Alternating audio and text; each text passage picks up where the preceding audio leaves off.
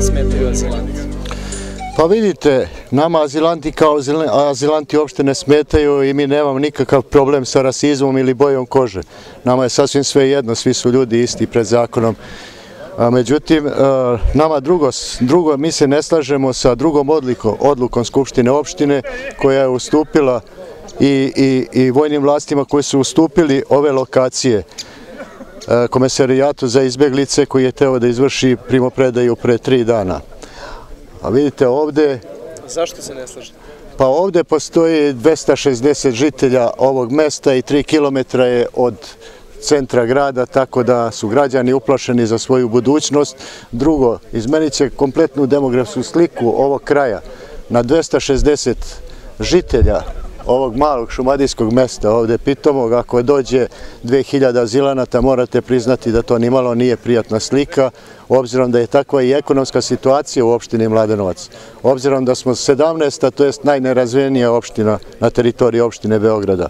Drugo, ljudi su uplašeni za svoju bezbednost i sami znate da iz Banje Koviljače stižu nam vrlo loše vesti svakog dana.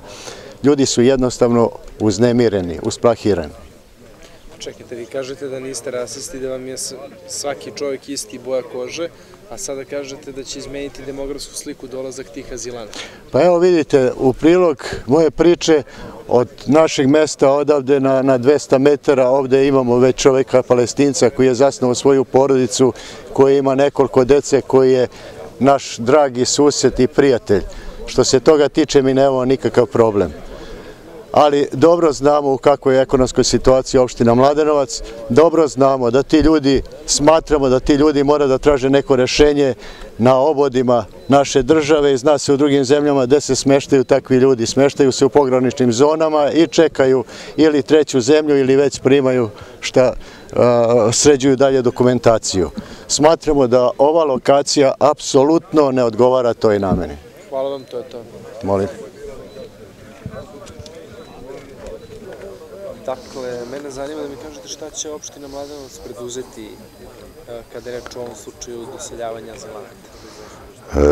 Ja sam ovde došao da dam samo podršku našim sugrađanima koji su napravili ove barikade u cilju sprečavanja doseljavanja tih azilanata, odnosno premeštanja iz Banje Koviljače. Opština Mladenovac je već donela postoji skupštinska odluka o tome da nismo radi da se ti azilanti dosele na naše prostore. Znači, ne mislim da je sad ovo nešto neuobičajena odluka. Verovatno bi svaka sredina ili svaki grad ili svako mesto na isti način reagovalo kao i mi.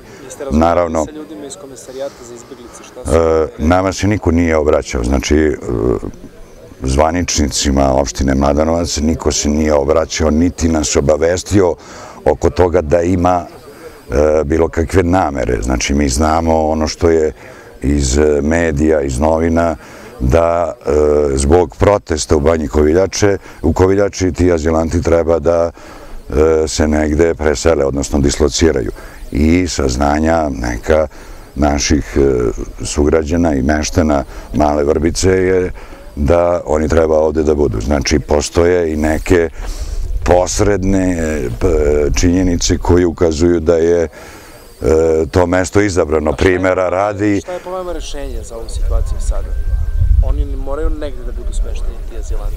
Po vama šta je rešenje? Pa naravno da moraju da budu smešteni, ali mislim da je izabrati mesto u srcu Šumadije, u blizini naseljenog mesta. Znači, sigurno postoje srećnija rešenja ili bolja rešenja za te ljude. Oni se ne hvataju u Beogradu ili se, mislim, hvataju, ružan izraz. Znači, sigurno se hvataju negde u pograničnim predelima. Znači, po meni je logičnije da se u tim delovima i prave azili, kao što postoje, na primjer, u blizini Subotice ili šta ja znam. Znači, nije sigurno rešenje ni Banja Koviljača, ali po meni, ne znam zašto nas uvek izaberu i za raseljenje ispod Beogradskog mosta, Gazele, znači uvek nas nađu za prihvat.